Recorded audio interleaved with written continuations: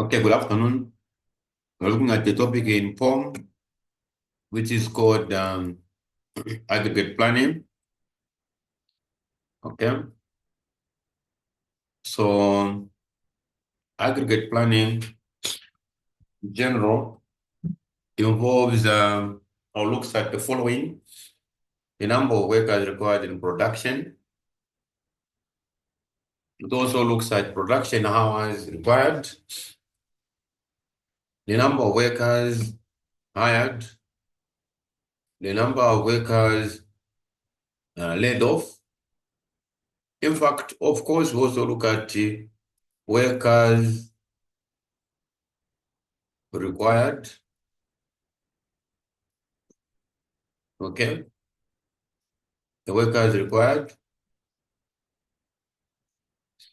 and of course, in aggregate planning also we look at production units required, the overtime units. Of course, we also look at the subcontracting units, the stock out cost and the stock out units.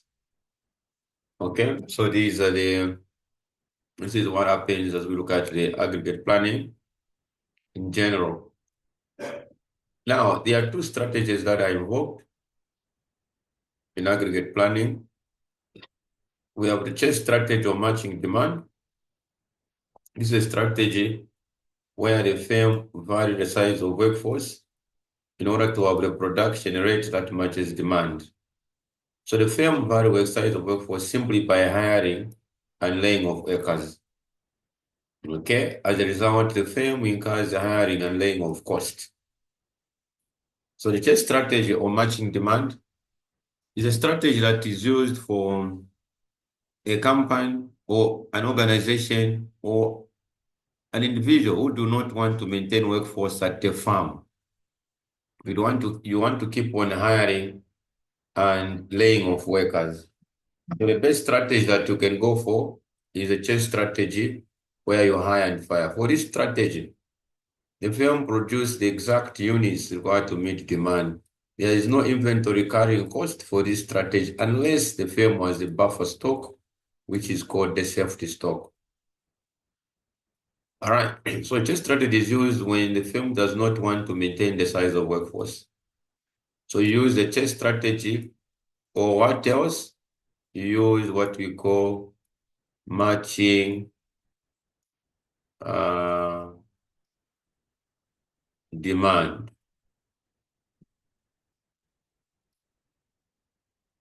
So matching demand or the chase strategy, this is one and the same thing. So this is the strategy that we use. We don't want to maintain workforce. Okay. Now, the following costs are involved in the chase strategy, okay, or matching demand.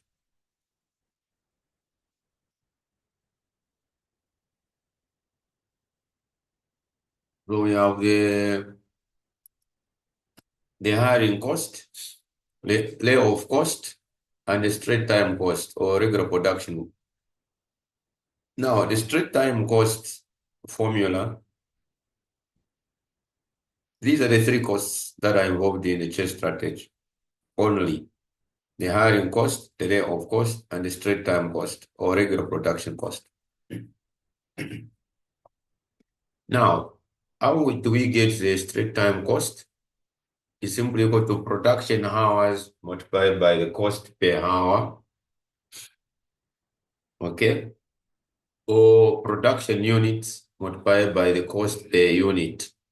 That is only the straight time cost. Okay.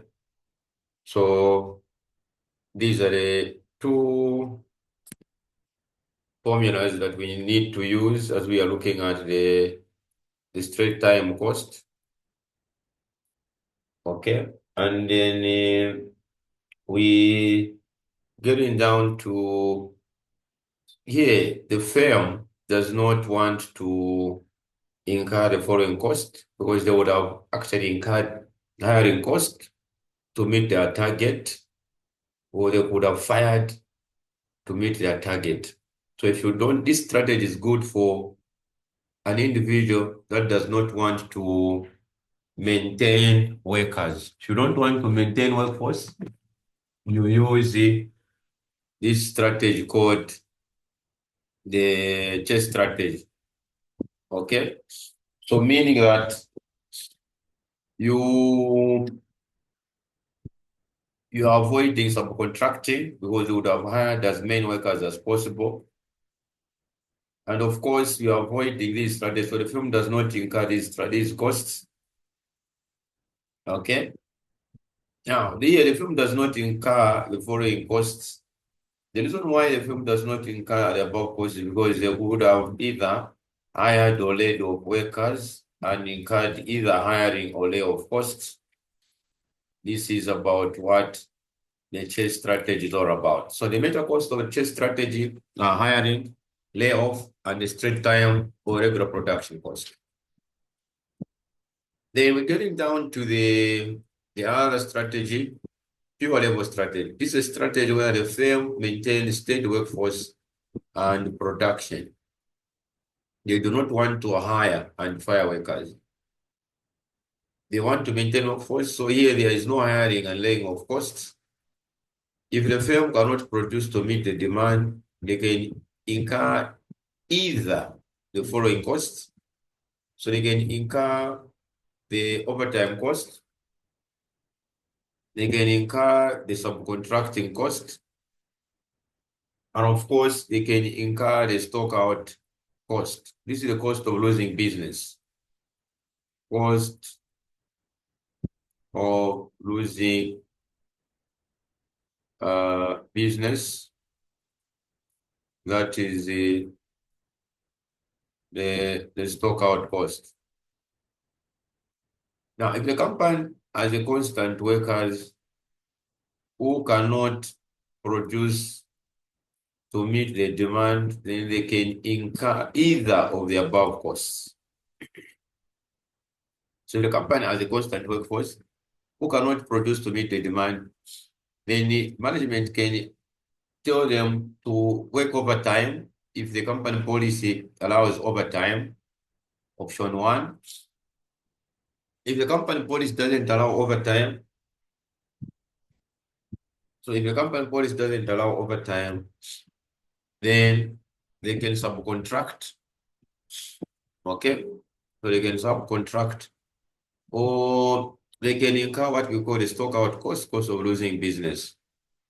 So they cannot incur all their costs listed above at the same time, but can only incur either of the above cost, that is cost that is cheaper. Okay, so they can incur a cost, so that is the cost that is cheaper. So this is what goes on as we are getting down to the pure. Now, the pure level strategy is created by sum of demand minus beginning or opening stock.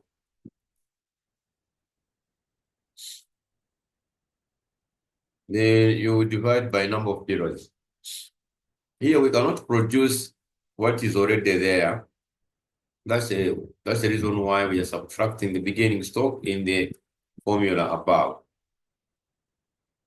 Okay, now for pure level strategy, the firm should choose the cheapest mode among the three provisions, that is either the overtime, the subcontracting, or stock out.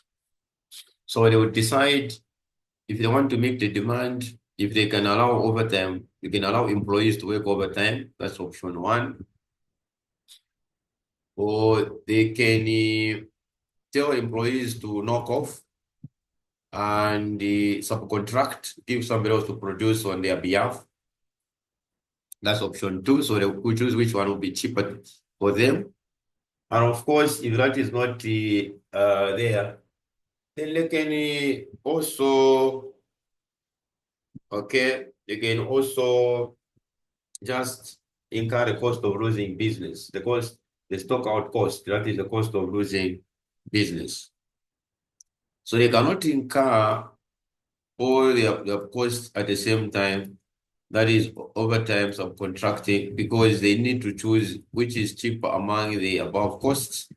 So this is the distinction between the two strategies. That is uh, the the pure labor strategy.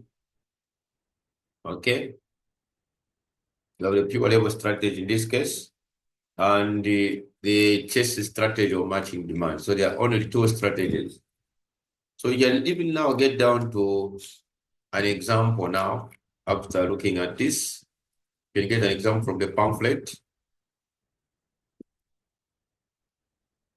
So this example on aggregate planning, question 1, says the sun share. Okay, so sun share um, produces a variety of furniture products. The operation manager wants to prepare an aggregate plan for the next 5 months. Demand forecasts are given below. So months 1 through to 5. Okay. So we have months 1 through to 5. Okay. So from there, we have been given now the demand forecast. So these are the demands. The cost of production per unit using regular time is $50. Overtime is $25. Of course, this overtime, just bear in mind that we should go for pure labor strategy. Using subcontracting, $80. Even the holding cost per unit period is $5. Back order cost is $60. Back order simply means stock out cost. So we have the meaning of back order.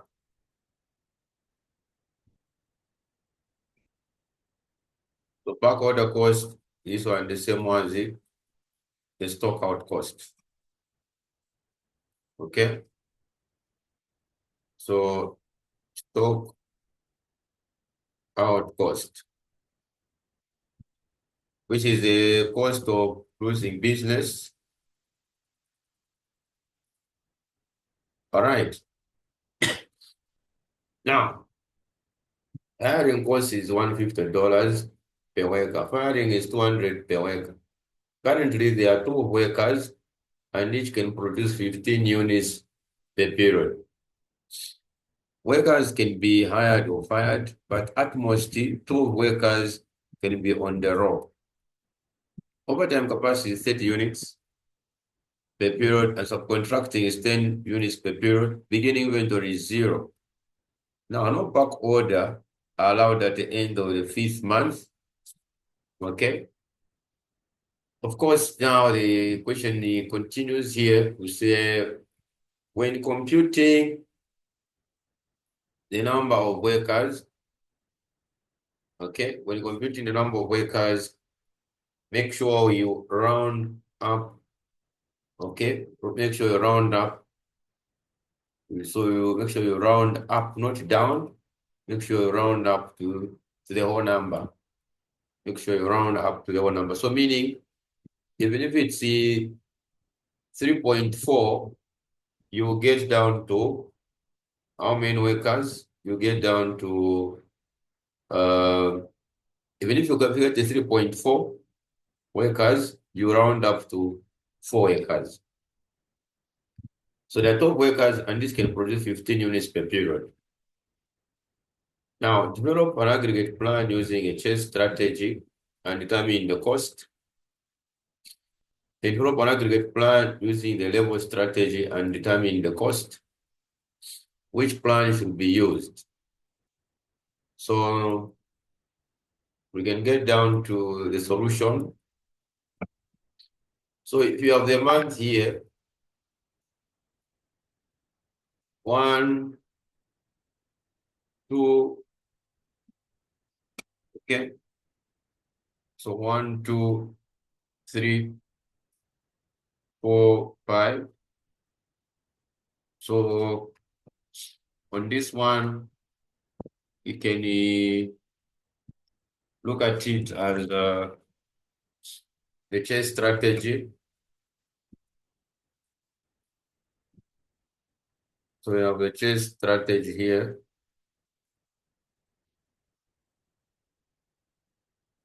Okay. So what is going on here is that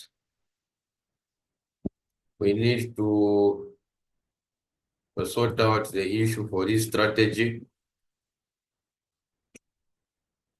Okay. So we have these months. And of course, we go for the demand.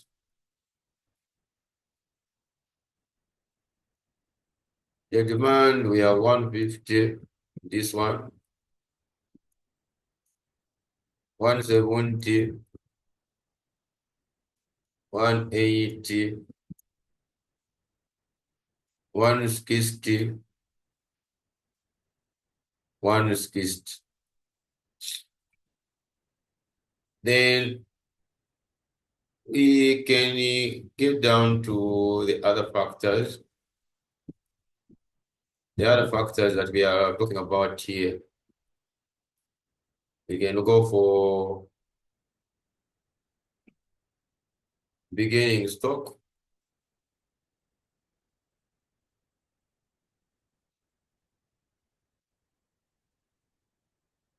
Okay, so beginning stock from here. Our beginning stock from this question, what are they telling us? Beginning stock, they're saying it's zero. Beginning stock is 0 units. So you have a 0 opening stock. Okay, so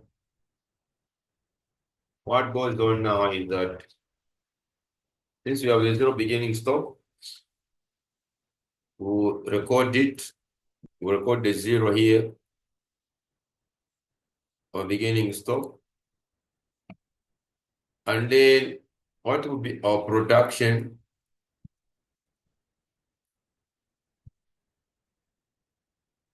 So look at production. We are going to produce as per demand. So meaning here we'll produce a 150 to meet the demand. Chase strategy means produce to meet demand. Okay, so chase strategy means produce as per demand. Okay, means produce as per demand. So meaning here you're producing 150, 170, 180, 160, 160. Okay, now we go back to the information here. Says it. There are currently 2 workers and each can produce 15 units per period. So one worker is able to produce 15 units per period. Means that we can find number of workers.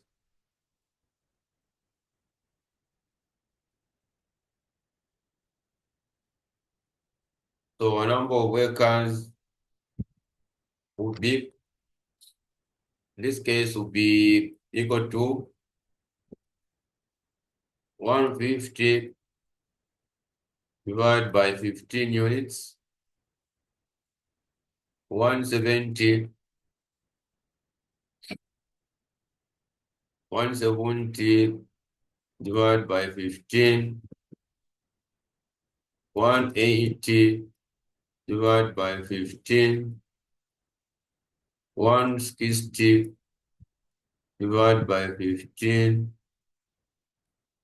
160 divided by 15. So the next one is 10, 170 divided by 15. It is 11.3. Now it go for 12. You need to round up to the whole number according to the statement in the question. Even here is 12 workers.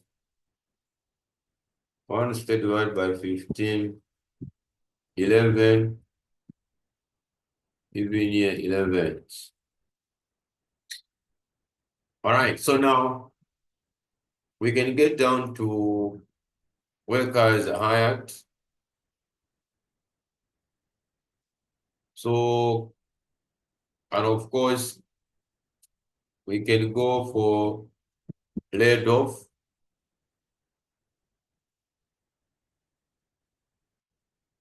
So the current workforce from the question here says that the current workforce were 12 workers on the current work. Now, how come we have computed, because the demand is 150, so one person was producing 15, so we needed only 10 workers to produce the 150 units. All right, so the other aspect that we need to go for here is to workers hired here, we didn't hire any, but here we laid off 2 workers. Okay. So from here to here, we hired how many workers? 2 workers. We didn't lay off. You're looking at the variation in workforce. Then here, we didn't hire or lay off. We maintained workforce in short. Here we laid off 1 worker from 12 to 11. Here we maintained workforce. We didn't hire or lay off. All right.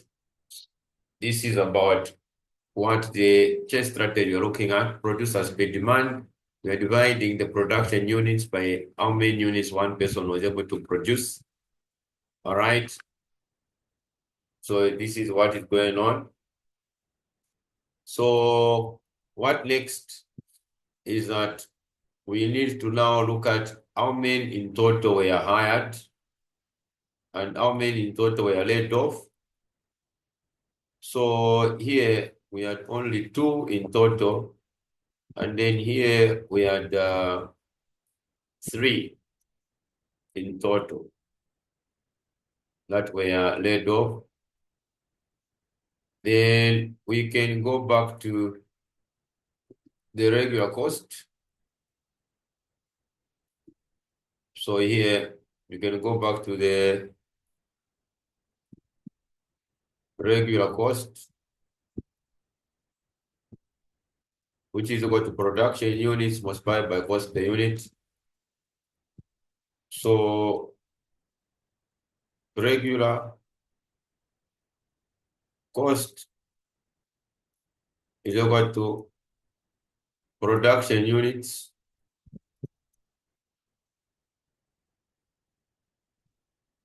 then multiplied by cost per unit.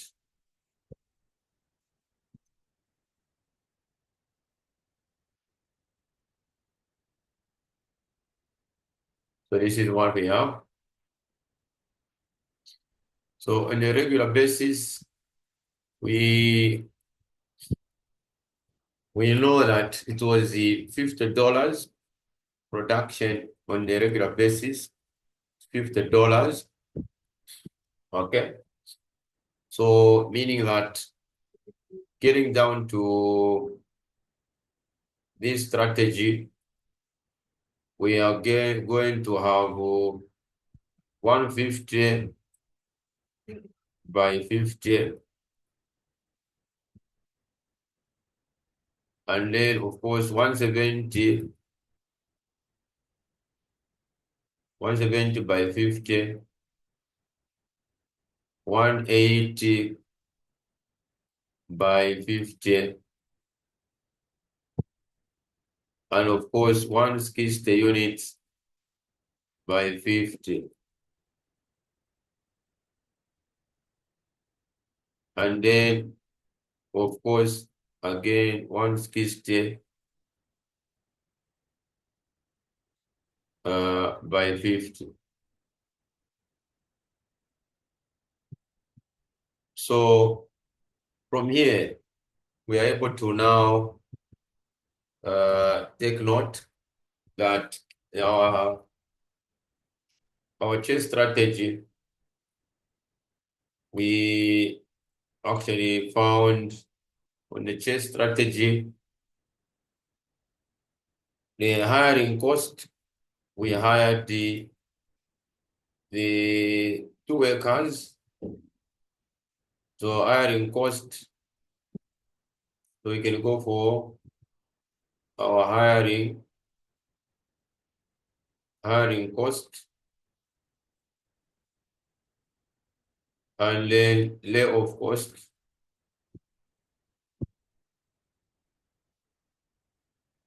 then regular cost.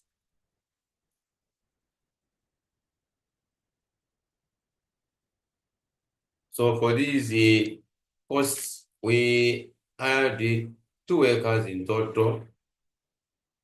So 2 multiplied by, and then the laid off were 3. 3 multiplied by, and then regular costing, these ones are here underneath. Okay, 150 by 50 is 75. So 75 here. The total of multiplying here on the regular basis. Okay, so meaning the the hiring cost was 150 per worker. The layoff cost was 200 per worker. So that is what goes on. Okay. So in this way, we are able to hiring is 2, okay, by 150, which is 300, here by 200, which is actually giving us 600. And then the regular cost was 41,000 in total. So meaning that the total of what we are doing here comes to 41,900. Okay, so this is about the same question for sun share that we're looking at here. Okay, so for this one, this is how we have gotten the cost to 41,900 from in this case here, where we are looking at the purchase strategy for the same question here for sun share. Okay, and then of course now looking at the other strategy, which is the level strategy, summation of demand minus beginning stock over number of periods. So we are producing 164 units per period using the formula. Okay. So in this case,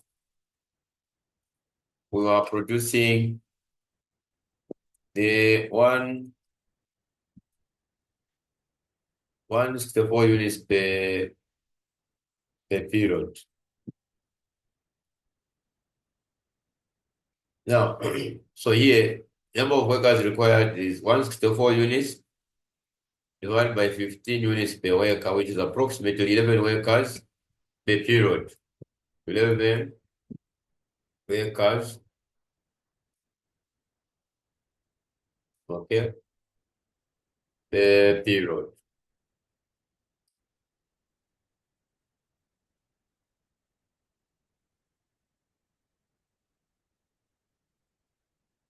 So now from here, we have the demand of these ones. Beginning stock was 0.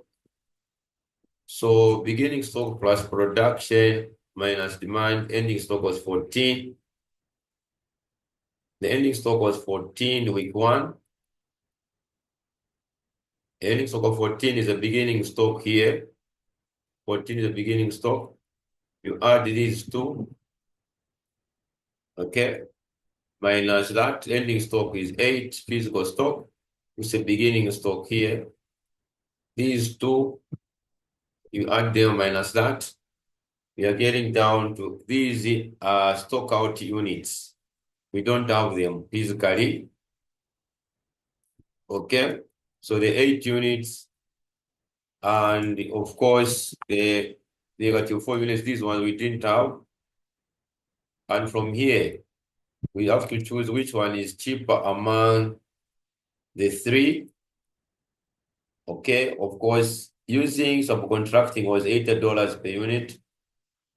Using back order, it was $60 per unit. The overtime was 75. So back order was cheaper at $60 for regular production, where the constant workforce cannot produce to meet demand. So this is why now we are getting down to this one. Workforce, we are constant on 11 workers that we have found here, because we are producing a regular basis of 164 units, and one worker required 15 units to produce one person. So meaning 11 workers were required, meaning the current workforce we had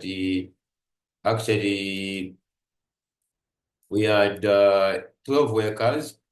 So meaning we fired one worker and maintained the 11. Okay, that's what transpired here. So what is going on here is that here we had physical stock of 14 that we carried, because what is going on here is that the ending stock is equal to beginning stock plus production minus demand. That's the formula for ending stock. Beginning stock plus production minus demand. So ending stock, beginning stock plus production minus demand. So meaning this is why we are getting ending stock of 14. Beginning plus production minus demand, we got 14. 14 was beginning here plus production minus demand. So in this case, we had a back order cost. Here we didn't have the physical stock in these 2 weeks. So we multiplied by 60, even here by 60. And the holding cost, of course, we even led of one person. So the total cost came to 42,030. Okay, after aggregating all the costs. So since there are 12 workers and remain with 11, the lead of one worker. So chest try should be used in this case because it was cheaper than this one. This is for the 2030. The other one is actually 41,900. So the chest strategy was cheaper in this case. So that's a strategy to go for. And this one did the holding cost, the pure level strategy at the holding cost of 14 and the back order cost. Some even the regular production cost of 164 multiplied by 50 unit, $50 that is the unit. So this is it, what transpired. So we chose the chase strategy in this case was compared to the level strategy. All right. So this is on aggregate planning.